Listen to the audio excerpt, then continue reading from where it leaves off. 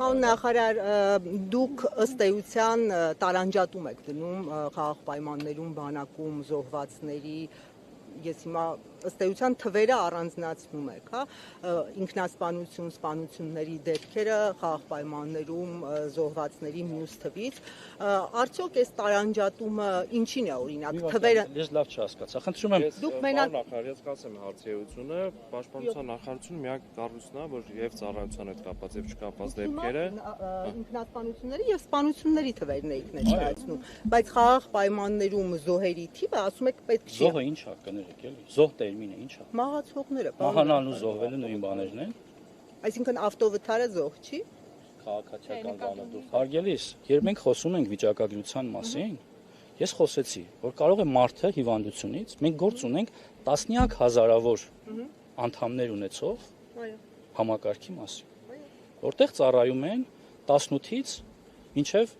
65 եւ ավելի նույնիսկ երբեմն տարիք ունեցող մարդիկ, ովքեր ունեն հիվանդություններ, սրտանոթային, տառապում են այլ հիվանդություններով,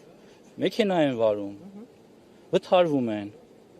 վիրավորվում են եւ մահանում են։ Ինչ եք այդ ներողություն, ես իմ հարցը Հարգելիս, ուր եմ տանում, ներողություն էլի, դիցուկ քաղաքացի, ով ծառայում է Հայաստանի Հանրապետության բանակում։ Իր մեքենայով վթարվում է ու մահանում է։ Իրանց տանը, ընտանիքով։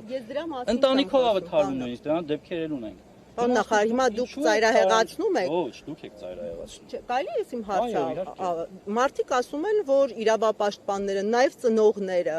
որ մենք բանակին երեխա ենք տալիս եւ այդ երեխաները մահանում են։ Դուք ասում եք, որ ինչու եք տարանջատում ըստ էության նվազեցնելով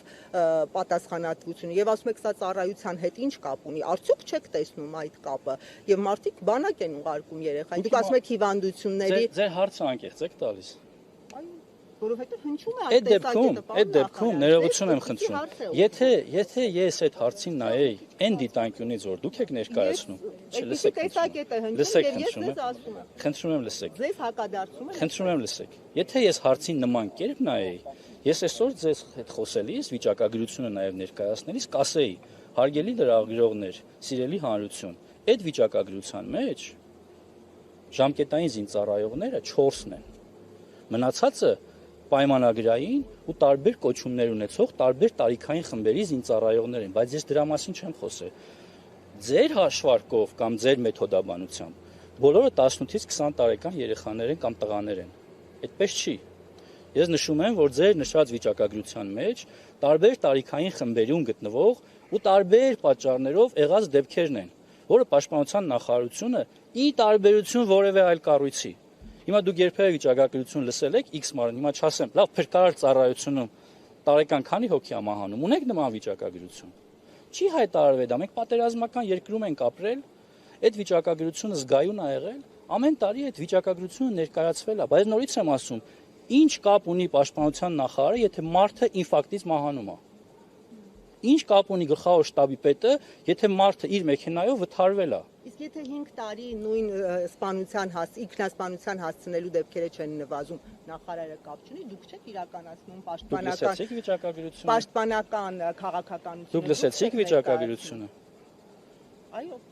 Իմ նշած վիճակագրությամբ 2025 թվականին այդ դեպքերը դարձել են 2։ Ես շնորհակալ եմ ձեզ հարցի համար։ Այսինքն դուք կարծում եք, որ դուք բարելավել եք իրավիճակը։ Ես պատասխանեցի ձեր հարցին, ես շարունակելու եմ հետևողական այդ ոչ թե թիվը դեպքերը պակասեցնելու ճանապարհով գնալ։ Շնորհակալ եմ։